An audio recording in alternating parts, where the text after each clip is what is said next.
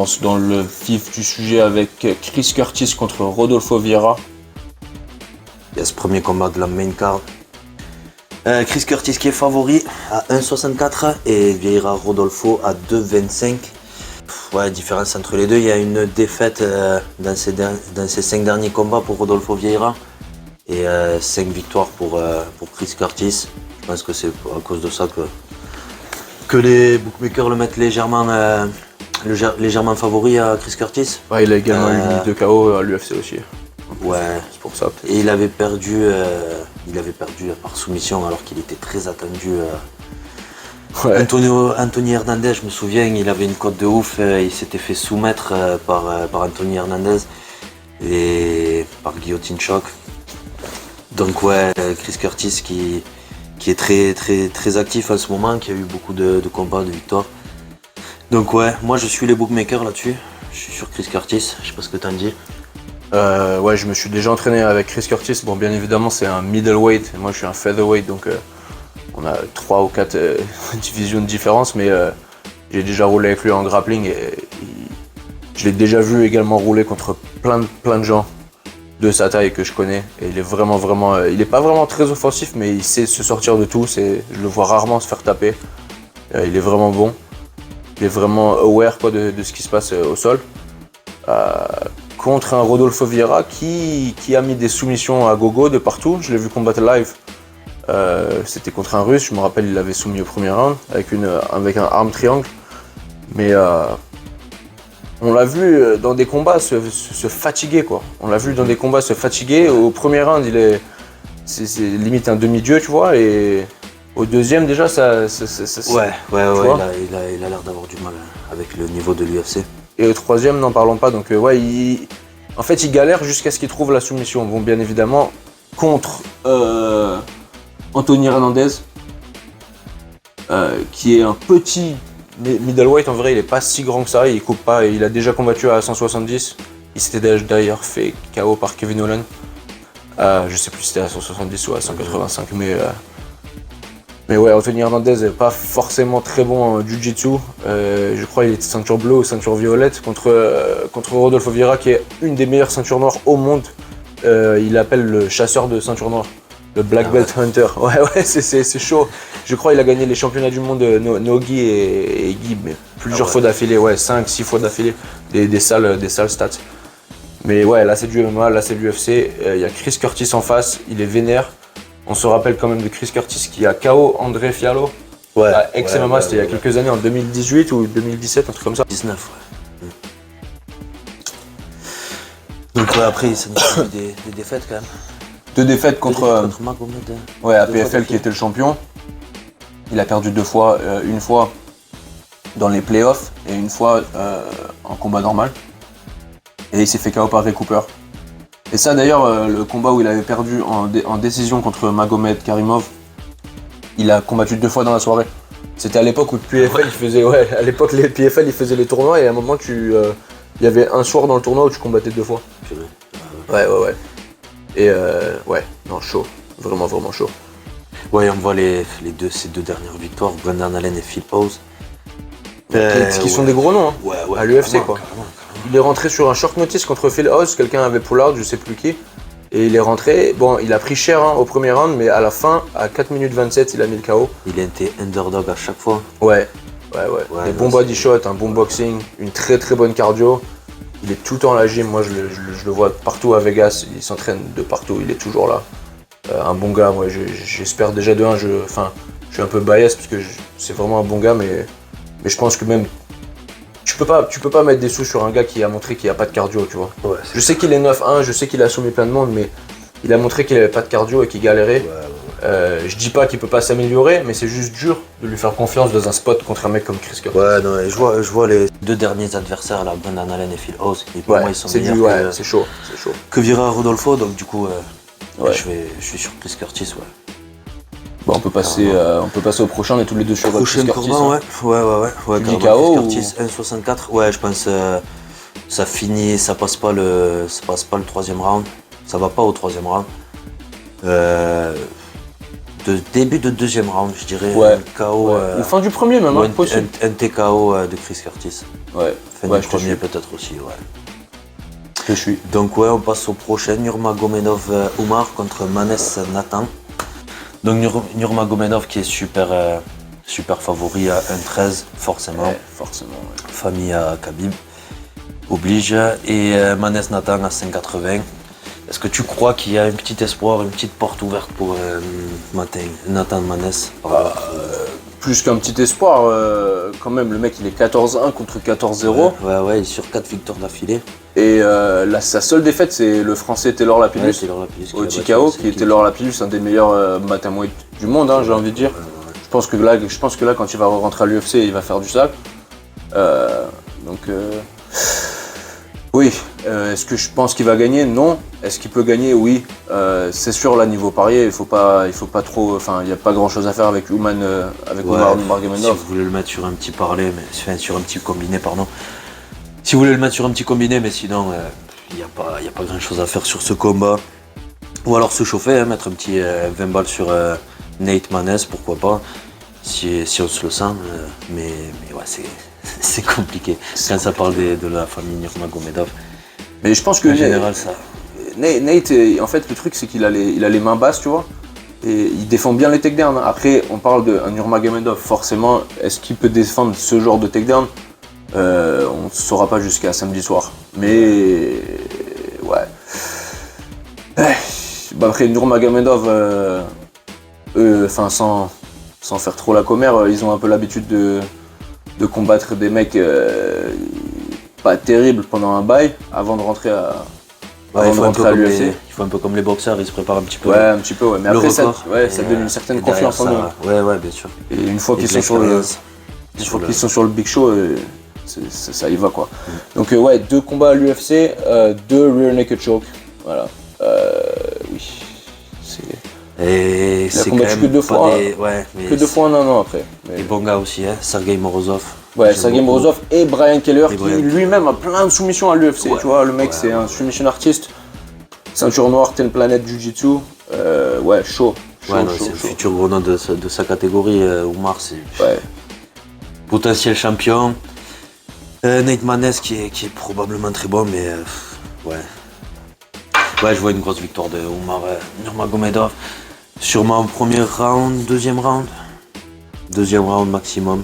Je pense pas que ça ira plus loin. Petite soumission.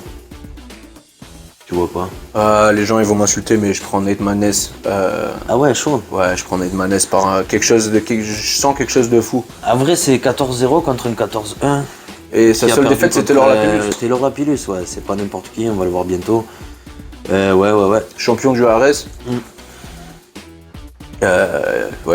Ouais, non, moi je. De toute façon, ça sert à rien de. Enfin, je vais rien jouer sur Oumar, tu vois. C'est sûr. Donc, je préfère avoir un peu. Les invaincus, faut bien qu'ils perdent un jour. Donc, pourquoi pas ce samedi pour Oumar.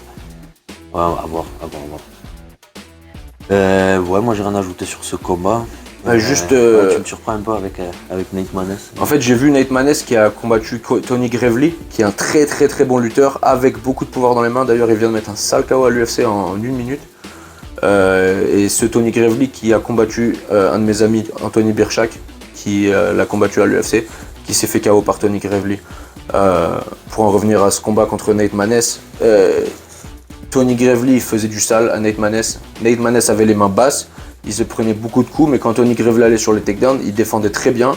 Il s'est pas fait takedown et au 3e round, il a KO Tony Gravely. Il a pris son temps, il a pris le timing et il a réussi à trouver le menton de Tony Gravely au 3e.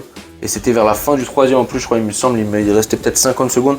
Donc c'est un mec qui sait saisir l'occasion, quoi. Donc s'il faut mettre un billet sur un underdog, autant prendre celui qui a une cote à 5, quoi. Ouais, carrément. Ouais, en tant que parieur, je te suis là-dessus. Donc je pense qu'on pas, a tout dit, ouais, on a fait le tour. Un combat Thiago Moises contre Christos Giagos. 2 combattants qui sont sur une défaite. Thiago Moises qui a combattu Joel Alvarez qui s'est fait battre par Arman Tsarukyan. Et Christos Giagos qui s'est fait battre par Arman Tsarukyan. Donc ouais, ils les ont un petit peu, c'est des profils un petit peu égaux. Ils les ont mis en face. Bah, Ego, franchement, je trouve que Thiago Moïse, il est quand même passé à la passoire avec, sans manquer de respect, ils lui ont quand même donné des tueurs à gages. Hein. Ils lui ont donné Islam Makhachev. Quand Islam Makhachev, tout le monde parlait d'un mec à top 5, top 3, tu vois, pour remettre Islam. Ils ont dit attention, surprise et tout, tac, combat de Islam contre Thiago Moïse. J'ai l'impression qu'ils se sont foutus de notre gueule, tu vois ce que je veux dire. Même si Thiago Moïse c'est un très bon combattant, mais c'est juste, il n'est pas encore à ce niveau-là, tu vois ce que je veux dire. Il est encore jeune dans la catégorie 155. Et ensuite, pour le remercier de ce qu'il a fait pour prendre le combat d'Islam, qu'est-ce qu'il lui donne? Il lui donne Joel Alvarez, quoi. Ouais, qui le finit au premier round et qui manque la pesée en plus.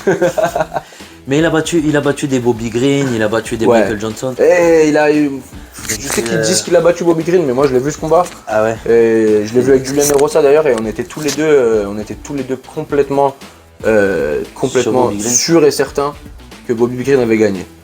Mais bref, c'est pas de sa faute après, il a gagné. Mais... et qui s'est fait battre par Joel Alvarez, qui a perdu récemment contre Arman Tsarukyan, on va y revenir bientôt. Ouais. Pour le main event, mais Christos Giagos qui a aussi perdu contre Arman Tsarukyan. Un duel qui se veut logique, je pense, dans cette catégorie où il faut. C'est une catégorie de malade quand même. Moi je prends Thiago Moïse quand même. Hein. Je pense que Thiago Moïse on l'a vu. Enfin, après je sais que les matchs du MMA ça marche pas, mais Christos Giagos qui se fait fumer au premier round contre Arman et Thiago qui arrive à taper la décision, non pas la décision, au 4e round, il a tenu quand même avec Islam. Donc niveau expérience contre des gros grappleurs et compagnie, Thiago est là quand même. Thiago est là. C'est clair. Ouais, moi je prends Thiago par peut-être un TKO, une soumission au 2e ou 3e round. Je pense que Giagos il va être là pendant un petit moment. Il va vraiment faire de son mieux, mais je pense qu'il va se faire attraper. Moi je crois que ça va aller à la décision. Je vois un combat à la décision. Un truc très disputé dans tous les côtés, autant dans le striking que dans le grand que au combat au sol. Et un truc à la décision pour Thiago Moïse aussi. Ouais. Mais je vois beaucoup de portes ouvertes pour les deux. Ouais, encore une fois, c'est. T'es pas trop sûr. Ouais, c'est un combat très très dur pour moi. Ouais, c'est vrai. Et moi j'aurais mis les deux. Je l'aurais mis en event, j'aurais mis les deux codes pareils. Pour moi c'est des mecs. Ils ont perdu contre les mêmes profils, les mêmes genres de profils. Ouais, c'est vrai. Je pense qu'ils sont vraiment au même niveau. Ouais, on va voir. Mais un petit plus pour Thiago Moïse. Ouais. Victoire par décision. Je vais rester là-dessus. Ça marche.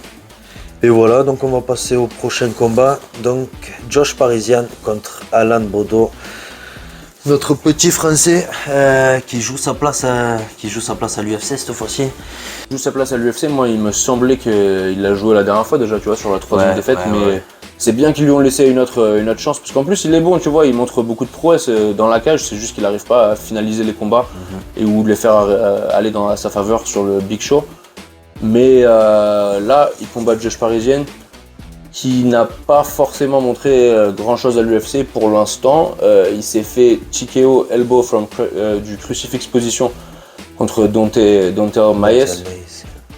Le combat split décision contre Rock Martinez, ça c'était une robberie. Tu t'en rappelles, tu l'avais parié et tu m'avais dit oh putain c'était chaud. Ouais, j'ai cru que j'avais perdu jusqu'à la décision des juges qui finalement m'ont fait gagner mon ticket, mais ouais.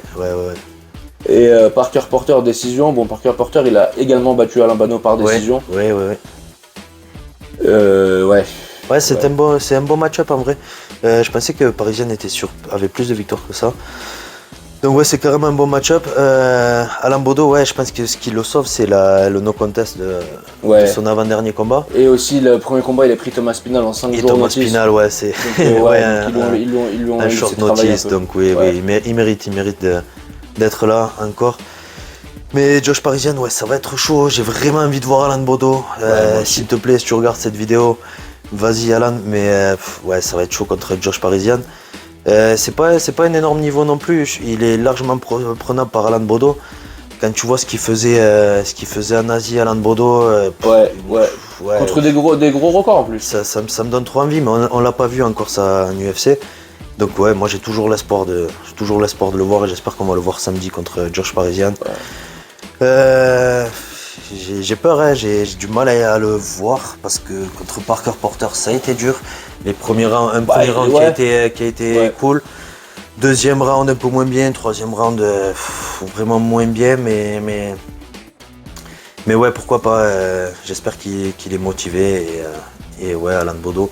Les deux qui sont even, donc même cote, 1,89. Donc ouais, Alan Baudot à mettre sur un combiné. Vous le mettez sur un combiné avec 2 ou 3 autres favoris et ça fait. Ouais, ça joue. Et ça fait un beau ticket. Ouais. Donc ouais, Alan Baudot, s'il te plaît. Qu'est-ce que t'en dis toi? Moi je pense que Josh Parisian ne va pas trop utiliser la lutte et je pense que c'est ça qui donne beaucoup de problèmes à Alan Baudot. Surtout sur Parker Porter, en vrai il gagnait le striking mais il s'est fait contrôler. Au troisième round il s'est fait contrôler avec les takedowns et tout, et c'était compliqué pour lui, je me rappelle, il se faisait un peu mettre au sol et il n'arrivait pas vraiment, ou il n'essayait pas forcément de se relever très vite, quoi, tu vois. Il acceptait la position un peu, donc je pense pas que Josh Parisian va avoir un game plan comme ça, je pense que Josh Parisian va vouloir striker avec lui. Ça va rester debout, ouais. Le fait qu'Alain Baudot ait perdu 3 combats d'affilée, les gens un peu le sous-estiment, mais il a un très bon striking et il est relativement vite. C'était un lourd léger avant, il est relativement léger et rapide pour un poids lourd. Donc ouais, je peux voir une victoire d'Alain Baudot, plutôt par décision. Je crois que ce serait un bon game plan de le mettre au sol par Alain Baudot, mais ouais, je sais pas s'il est super à l'aise. Mais je sais pas s'il a la lutte pour. Son envie, ouais, non, en plus il a envie de faire du show. Ouais, non, je pense que ça va rester. Ouais. Moi je prends Alain Baudot par décision. Mais je serais pas surpris si Josh Parisian gagne après, hein. Je suis pas complètement sûr de ça. Il y a le cœur qui parle un peu, mais ouais, moi je pense qu'il peut le faire. Ok, donc on espère tous les deux. Alain Baudot, 1,89. Je crois qu'on a tout dit sur ce combat. Ouais. On va passer maintenant au co-main event. Neil Magny contre Rakhmonov Shavkat. Donc 3 combats à l'UFC pour Shavkat. Alex Oliveira, il a gagné par soumission. Michel Prazeres, soumission rear naked choke, étranglement arrière. Et Carlston Harris qui est un prodige, mais de ouf. Moi je suis vraiment chaud sur Carlston Harris, vraiment chaud. Et j'ai cru qu'il avait une chance de battre Shavkat, mais non. Spinning kick jusqu'à finir en ground and pound au premier. C'est chaud bouillant. J'adore Neil Magny, très bon combattant. Même si récemment il n'a pas forcément montré des prodiges comme des trucs de ouf comme il montrait à l'époque. Plutôt des décisions récemment. Et ouais, d'ailleurs 5 derniers combats, 5 décisions. Il en a perdu un contre Michael Chiesa. Ouais. Je pense qu'on l'avait regardé ensemble, c'était à 6h du matin, très bête, c'était tôt. Ouais, non, je suis pas trop impressionné par les récents exploits de Neil Magny. Contre Shavkat qui est vraiment chaud à 15-0 contre 26-8, je suis obligé de prendre Shavkat par TKO au premier round. Ouais, moi je crois que c'est le futur ce mec. Ouais. Impressionnant 15-0. Bon, les bookmakers sont d'accord avec nous, hein, 1,25 contre 3,95 pour Neil Magny. C'est chaud, mais ouais, Shavkat il a roulé sur tout le monde. C'est on peut le comparer à Chimaev dans sa catégorie. J'aimerais bien le voir les contre deux qui sont dans la même catégorie, ouais, et je pense que ce match-up il arrivera un jour. On en parle moins parce qu'il est moins. Je sais pas, il a moins combattu aussi. Ouais, il a moins combattu, il fait moins de trucs sur les réseaux sociaux. Mais Shavkat, ouais, il est impressionnant, il fait peur et sur tous les domaines. C'est un monstre, tu vois, sa corpulence, ses mains et tout là. Les Kazakhstanais là comme ça ils font peur. Il y a tout un petit gratin de Kazakhstanais qui débarquent et tous ils font peur. Ouais. Et ouais, moi j'ai Shavkat sur ce combat. Même si pareil, hein, j'aime beaucoup Neil Magny, mais non, je pense qu'il va le finir au deuxième round. Je vois un petit KO. Au deuxième? Ouais. Je pense que ça va pas aller à la décision. Non, ouais, moi non plus. Et on se rappelle quand même de Nick Magny qui demandait à combattre Khamzat quand même. Hein. Ouais, Il a Nick Magny demandé qui est plusieurs chaud, fois. hein, il est là. Ouais, il est là, mais les résultats ne sont pas à la hauteur de sa motivation pour l'instant, en ce moment on va dire. Ouais, après ils lui ont pas donné les noms qu'il voulait. Et d'ailleurs, il est sur 2 Il a victoires quand même battu Geoff Neal. contre Jeff Neal et c'était quand même assez contre Geoff Neal, c'était assez quand même contesté également, même si je vois pourquoi ils lui ont donné. Mais contre Max Griffin, j'aimerais préciser que je n'aime pas du tout Max Griffin. Il a corner contre un de mes potes à moi et il se comportait mal. J'ai vraiment pas du tout kiffé son délire. Je vais toujours parier contre Max Griffin, quoi qu'il arrive. Et j'ai cru que Max Griffin avait gagné, tu vois, contre Neil Magny. Donc ouais, pour que moi je dise que Max Griffin avait gagné, il faut vraiment qu'il ait gagné. J'ai pas compris la décision contre Max Griffin qui vient de gagner. Ouais. Et Max Griffin, c'est pas Shafkat, tu vois ce que je veux dire? Ouais, carrément. Donc ouais, je prends Shafkat TKO premier round. Ah, premier round, on était chaud. Ouais. Ouais, je crois qu'il n'y a plus rien à dire. On est tous les deux. Ce serait la grosse surprise de Nick Magny et il y a peut-être bien à faire 3,95, pourquoi pas. Mais c'est chaud. On est sur du gros calibre. Moi, je pense Shafkat Rakhmonov, futur gros contenders, qui est 16e aujourd'hui, Neil Magny 11e. Je reste sur Shafkat qui va grimper, je pense, cette catégorie doucement. Et voilà, donc on peut passer maintenant au main event. Arman Tsarukyan contre Mathius Gamrot. Main event de lutteurs sales, agressifs et qui font du gros damage. Ouais. Arman Tsarukyan donc contre Mathius Gamrot. Arman Tsarukyan qui est favori à 1,98. Quand même, c'est une belle cote pour un favori. Et Gamrot Mathius à 3,05. Moi je reste sur Arman Tsarukyan, je vais suivre les bookmakers encore une fois. Mais avec ce qu'il a fait dans son dernier combat sur Joel Alvarez, qui est un petit peu mon chouchou dans cette catégorie, et avec les gros noms qu'il y a dans cette catégorie, mais ce qu'il lui a fait là à Joel Alvarez sur son dernier combat, je suis encore traumatisé de ça. Ouais. Et je reste sur Arman Tsarukyan. Je pense qu'il a un changement depuis son combat contre Matt Frevola, il y a eu un changement, il est beaucoup plus incisif sur ses combats et je crois qu'il va même pas finir il va pas aller jusqu'à la décision contre Mathius. Ça va être du sale, saignant et pas de...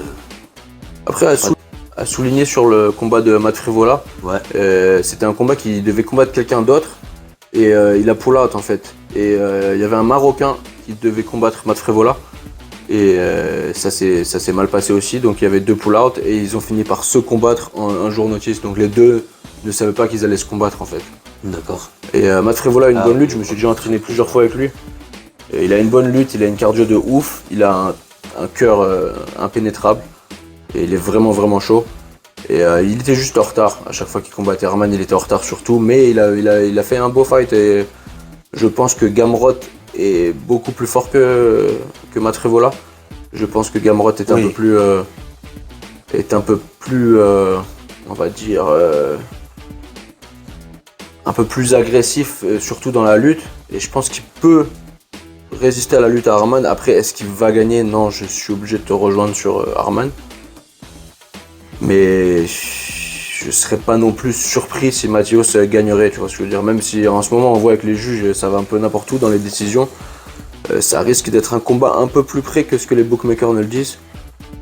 Donc ouais, je prends Arman comme toi, mais je serais pas surpris non plus d'une décision de Gamrot, surtout en voyant comment les juges jugent les combats en ce moment. Ils jugent pas trop le contrôle, pas autant le contrôle qu'avant, j'ai l'impression en ce moment. Après, c'est vrai qu'Arman fait tellement de dommages au sol que peut-être qu'il n'aura pas besoin des juges. Hein. On verra ça, c'est sur 5 rounds. Il y a beaucoup de temps pour travailler, pour s'exprimer. Donc, ouais, je pense qu'Arman va gagner, mais c'est quand même Gamrot, hein, c'est chaud. Mathius Gamrot, j'aime beaucoup. Moi, il m'a fait gagner beaucoup de paris. Je crois que sur ces 3 derniers combats, j'avais parié Gamrot. Mais je suis obligé de suivre Arman. Ouais. Ce qui est pour moi plus incisif. C'est le même style de combattant en vrai, non des mecs qui sont forts en lutte, Ouais, similaire, et, similaire. Et avec beaucoup de force en striking aussi. Ouais, Qui bon font partout. beaucoup, Hein. beaucoup de dommages en grand impact. Ouais, très agressif. Ouais, ça va saigner, il va y avoir de la, il va y avoir de la coupure. Ouais, ça va être dégueulasse. Ouais. C'est sûr. Et ouais, donc ouais, on reste d'accord sur Arman. Moi j'avais un petit parler, j'avais Chris Curtis, j'avais Umar. Pourquoi ne pas le mettre, mais ouais, si on peut le rajouter, ça fait toujours une cote en plus. Donc ouais, Chris Curtis, Nurmagomedov, Umar, Parisian Josh, Ragmonov, Shavkat et Arman Tsarukyan. Ça fait une jolie cote, je vous la mets à l'écran. T'avais un parler à faire toi, ou t'as juste un truc plus simplifié peut-être? Ouais, j'aurais mis Chris Curtis, Alan Bado et Shavkat. Ouais. Donc ouais, je vous mets les cotes. C'est quand même pas dégueulasse. On peut mettre un petit billet. En fait, je suis sûr de. Enfin, sûr. Je suis vraiment chaud sur Chris Curtis et Shavkat, donc je suis quasiment sûr que ça va taper. Et donc, au lieu de mettre Alain Bado tout seul qui est en even, autant le mettre dans un parlay, c'est pour ça que je fais ça. Ouais, il faut multiplier les cotes. Ouais. Donc voilà, ouais, pour moi on clôture cette carte hein, qui est quand même une carte de ouf.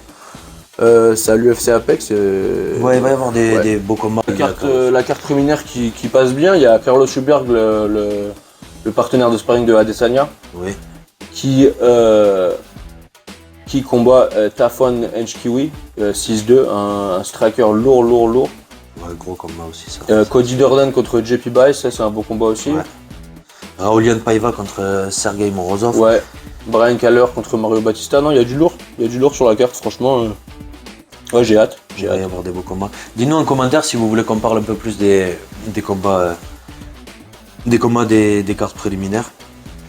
Et ouais, si vous avez envie d'entendre parler d'un certain combat ou quoi, juste mettez un commentaire et nous on s'en occupe. Et ouais, c'est tout. Et voilà, je crois que ce sera tout pour cette semaine. Donc on se retrouve la semaine prochaine. On va peut-être faire une vidéo sur Arès, donc restez branchés. Et à la semaine prochaine.